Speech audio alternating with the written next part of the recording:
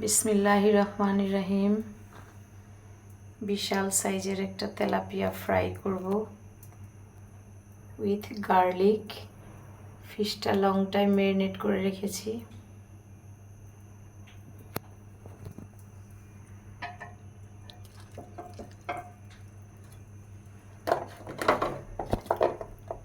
গার্লিকটা পরে দিব।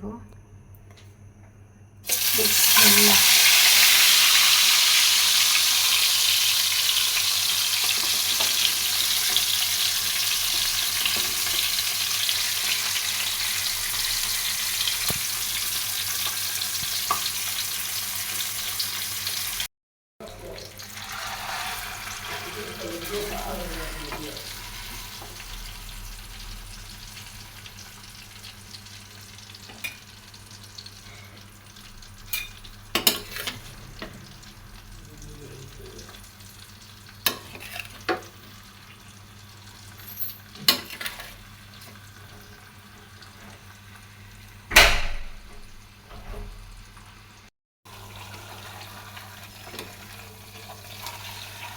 Wow, change করতেই তো ভয় লাগে, মনে হয় যে গায়ে তেল চলে আসবে।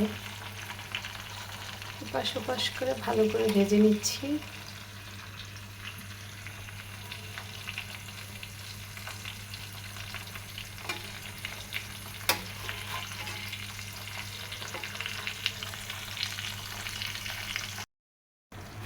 গার্লিক ফিশ ফ্রাইটা হয়ে গেল।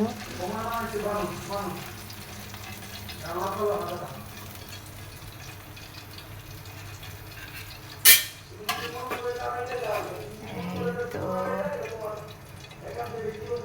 আলহামদুলিল্লাহ, ফিশ ফ্রাই রেডি। আসসালামু আলাইকুম, শুভ দুপুর। ছোট মাছ দিয়ে করলা আলু দিয়ে একটা ঝোল করলাম, মজার ঝোল, মাখা মাখা ঝোল। খুবই পছন্দের একটা খাবার। ধন্যবাদ সবাইকে।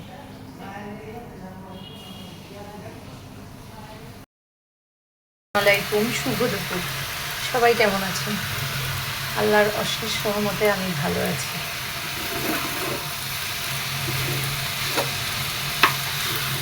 বিপদে ভেঙে পড়ি না, আল্লাহ শক্তি দেয়। আল্লাহকে বিশ্বাস করি, অনেক বেশি নামাজ কালাম পড়ি না, বাট আল্লাহকে অনেক বেশি বিশ্বাস করি। আর সেই বিশ্বাসই পৃথিবীতে বেঁচে আছি মনে করি। তো দুপুরের রান্নায় আসলাম আজকে ফেভারিট লাউ শাক। লাউ শাকটা কেটে বেছে খুব ভালোভাবে ক্লিন করে একটু স্টিম দিয়ে নিয়েছি, ভাপ দিয়ে নিয়েছি। দেন পেঁয়াজ রসুন লাল লাল করে ভেজে দেন শাকটাকে ভেজে নিলাম। আর একটা কথা, রান্নাবান্না যখনই করি ভালো লাগলে রান্না করতে বেশি ভালো লাগে। শরীর বা মন যদি একটু খারাপ থাকে রান্না করতে ভালো লাগে না। 4-5 দিন মনটা খুব খারাপ ছিল। শাশুড়ি আমাকে রান্না করে খাওয়াইছে, আমার শাশুড়ি রান্না করছে। আলহামদুলিল্লাহ, আমার শাশুড়ির জন্য সবসময় দোয়া করি, আল্লাহ যেন তাকে অনেক দিন বাঁচায় রাখে, আমাদের মাঝে রাখে।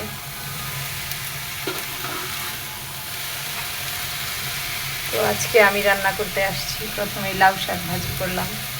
আমার শাশুড়ি বলতেছিল আমি রান্না করি, বলছি না, আজকে আমি করব। আলহামদুলিল্লাহ, আমি ভালো আছি। মাকে নিয়েও টেনশন করলাম। তো আল্লাহ বিপদ দিলে সব একসাথে দেয়, এটাও আল্লাহর ইচ্ছা। তবু আমি আল্লাহর ডিসিশনের উপরে সব সময় আলহামদুলিল্লাহ। আমার আল্লাহ যা করবে তাতেই আমি আলহামদুলিল্লাহ।